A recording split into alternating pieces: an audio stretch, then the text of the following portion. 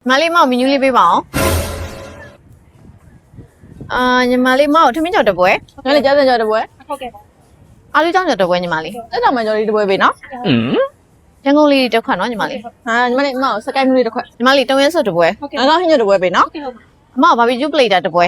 အမောက်ဘာဘီပလေတာနှစ်ပွဲပေးနော်အမောက်3ပွဲညီမလေး4ပွဲဖြစ်သွားပြီနော်အမောက်5ပွဲရှင်အမဟိုလေးအမမာရကြီးအများကြီးပဲဟိုကုန်းလာမသိဘူးရရညီမလေးအကုန်ချရတယ်ဟုတ်ကဲ့ဟုတ်အဲ့ဆိုညီမဟိုအော်ဒါလေးပြင်ပြောပေးမယ်နော်အဲ့ဆိုထမင်းချော်တစ်ပွဲအာလူချောင်းချော်တစ်ပွဲညောင်လေးတွေကတစ်ပွဲတုံးရစုကတစ်ပွဲဘာဘီကျူပလေတာ5ပွဲနော်ဟုတ်တယ်ညီမလေးရတယ်နော်ညီမလေးခုနကပြောရဲအကုန်လုံးလေ customer order နော်ဒီညနေလာမှာတေချာလေးလုပ်ပေးထားလိုက်တော့ဟုတ်ကဲ့ကြိုက်ညီမလေးအဲ့ဒါလေးညီမလေးဆိုင်ရာမန်နေဂျာလားဟုတ်ကဲ့ဟုတ်ညီမဆိုင်မန်နေဂျာပါရှင်အဲ့ဒါလေးအဲ့ဆိုခုနကသူမနေရာကြီးရောသူကcustomer order ကြီးပါမဟုတ်ကဲ့မအဲ့ဒါဆိုလို့ရှိရင်အမမာလိုက် order လေးလာချပြပါမယ်နော်ကျေးဇူးပါခွင့်ပြုပါ